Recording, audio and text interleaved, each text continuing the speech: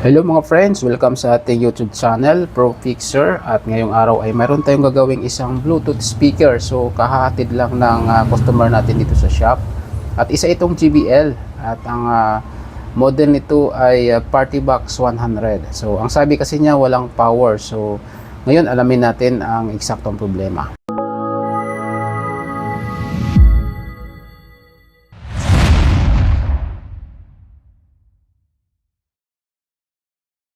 Plug in muna natin para malaman natin ang eksaktong problema bago natin buksan, kasi baka mamaya dito lang sa wire ang problema.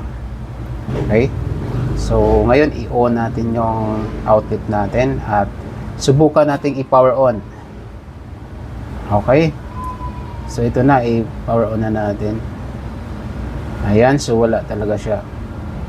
So ngayon confirm na no power talaga siya, so kailangan na natin buksan. Wala sa wire yung problema. Okay, so ito na, buksan na natin. At kung mapansin natin ay first time itong mabuksan ngayon dahil kompleto pa yung ano niya, yung cover ng tornilyo at wala pang gas. So tayo yung nakauna nito. Ayan, so ito na, nabuksan na natin. At ito na nga yung ano niya, yung main board. So dito naka saksak or naka-insert yung control panel dito sa may socket na ito. At bago natin baklasin yung lahat dyan, yung board at hindi kaya yung power supply, ay testing muna natin kung may 220 ba na tumawid dito sa may input ng power supply natin, sa may AC input, para sigurado. Kasi baka mamaya naputol lang daga yung linya niya from AC socket papunta dito sa power supply. So manigurado tayo bago tayo mag-proceed. Okay, so ito na, 227 volts. So ibig sabihin mayroon tayong nasukat na AC input dito sa may power supply. So next steps natin ay hanapin muna natin yung ground dito sa may output molex, kasi walang nakasulat sa board. At ito, ground pin 1 is ground. Yan o, ano siya, nag 00. So ito na yung ground natin. At next steps natin ay magsukat naman tayo kung mayroon tayong masukat na output voltage dito sa power supply. So dito natin, dito sa pinakadulo. Okay, tingnan natin kung may voltahe ba siya. Okay, so 00. Kasi dito rin yung standby voltage, yung 3.3, 5 volts. So dito siya dapat mayroon tayong masukat, o di kaya yung pinaka main supply. So 00 pa rin. Ayan, next. Okay, so 00 pa rin. So ito sa last ay 00 pa rin. So wala talaga siyang output dito sa power supply natin. So kaya naman pala wala talagang power, kahit standby voltage wala. So baklasin na natin yung power supply, itong buong power supply na to. At ito yung unahin nating i-troubleshoot, kasi yun nga, wala siyang output voltage.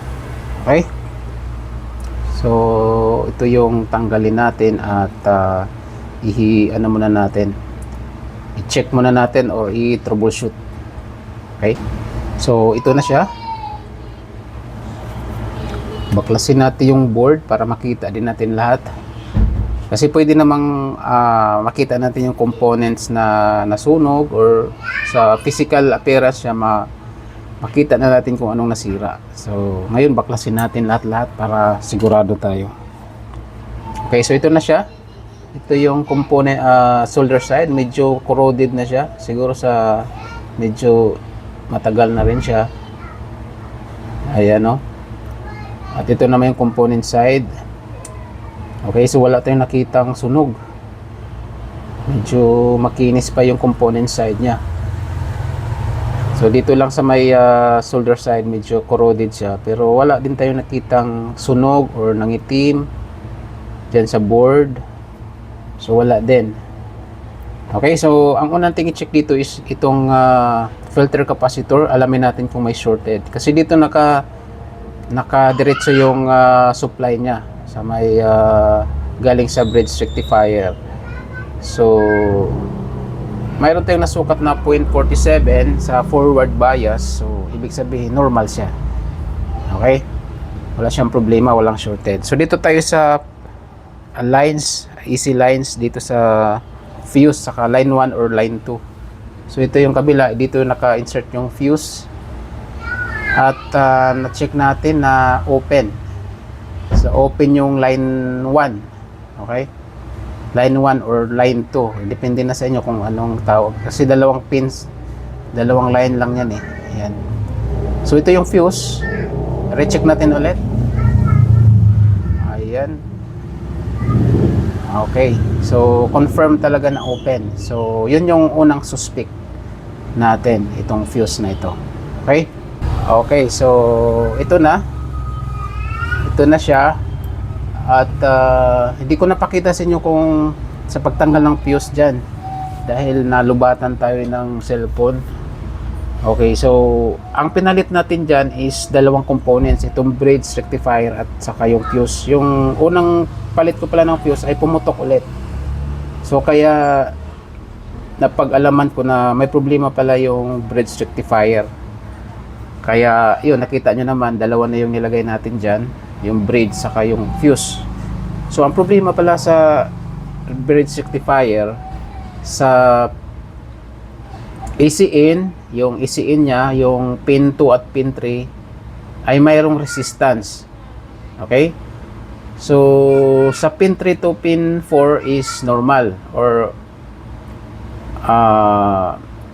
AC in to positive is normal, AC in to negative is normal. So ang problema itong dalawang pins na dito naka diretso yung ano natin, AC, yung line 1 sa line 2. Okay? So ito yung mini-measure ko yun, no? Nakita nyo 0.5, dapat wala yan. So nagkaroon siya ng resistance sa ECE natin sa bridge rectifier, itong pin 2 at pin 3. So yun yung naging problema. Kaya kanina fuse lang una yung pinalitan natin at pinutok ulit. So huli ko na siya napag-alaman na sira din pala yung bridge rectifier, yung ECE niya, which is yung pin 2 at pin 3. So medyo mahirap din i-trace kasi ang kadalasan nating i-check ng bridge rectifier ay dito sa may output, yung positive saka negative. So wala nga tayong na-detect na shortage dyan.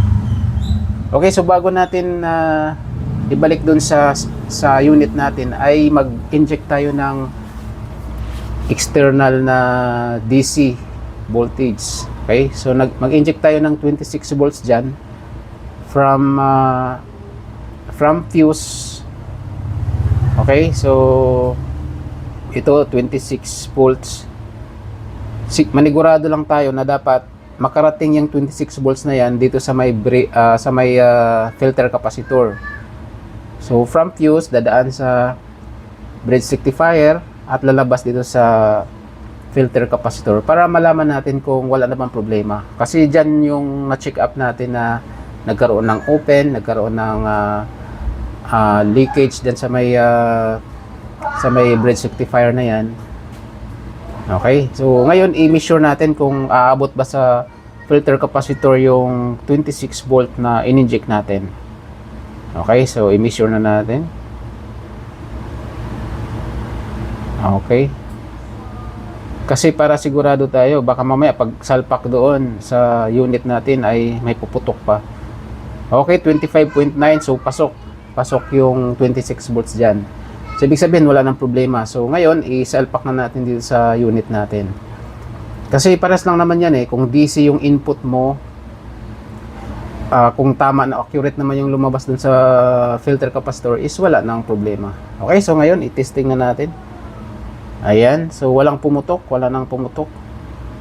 Okay, so hindi pa natin sinalpak yung output voltage, itong Molex na to, kasi kailangan muna nating i-check kung mayroon na ba talaga siyang voltahe na lumabas dyan. Okay, so manigurado tayo kasi mahirap na pag magkamali tayo dyan. Baka mamaya hindi accurate yung lumabas dyan, nag-akyat baba yung voltahe. So masiraan tayo ng mainboard. So mahal pa naman yung mainboard or walang available na mainboard ng ganito sa GBL. So ingat-ingat lang talaga tayo. Okay, so ito yung sinukatan natin kanina.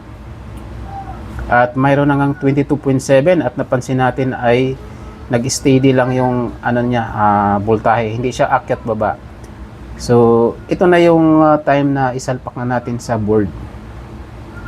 So yun lang naman yung binantayan natin kasi mahirap na pag hindi siya hindi fix or hindi accurate yung yung output voltage. Kasi masira yung niyan, yung regulators or papunta na doon sa processor niya. So mahirap na. So ito na, isalpak na natin dahil sigurado na tayo na accurate na yung voltahe. Okay, ayan. Then i-plug in din natin yung control panel niya dahil dito yung power switch or button. Okay, so yun lang yung natin, pinalitan, dalawang components lang. Okay, ayusin lang natin. So dandaanin lang natin yung ribbon cable natin kasi kadalasan natutuklap yan kung hindi natin ingatan. Okay, so ngayon i-power on na natin at sana ay gagana na siya. Okay, so power on. Okay, so kung napansin nyo, mayroon na siyang ilaw. So palatandaan na buhay na yung unit natin or yung speaker natin. Okay, so try natin ulit. Okay, so goods na siya. Ayan, sa likod ay umilaw na yung speaker niya. Okay, so nasolve na natin yung problema. At kung bago ka pa lang sa channel natin ay huwag kalimutan mag-subscribe at pindutin yung notification bell para ma-update kayo pag mayroon tayong bagong repair tips na i-upload. Okay, so goods na talaga siya.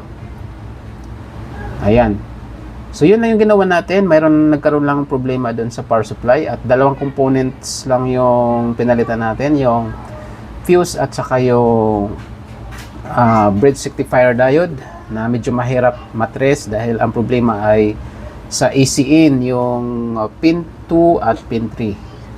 Okay, so doon nagka-problema kaya putok na putok yung fuse. So maraming salamat yung panonood at huwag kalimutang mag-subscribe at pindutin ang notification bell para ma-update kayo sa susunod nating mga repair tips na i-upload. Okay, maraming salamat.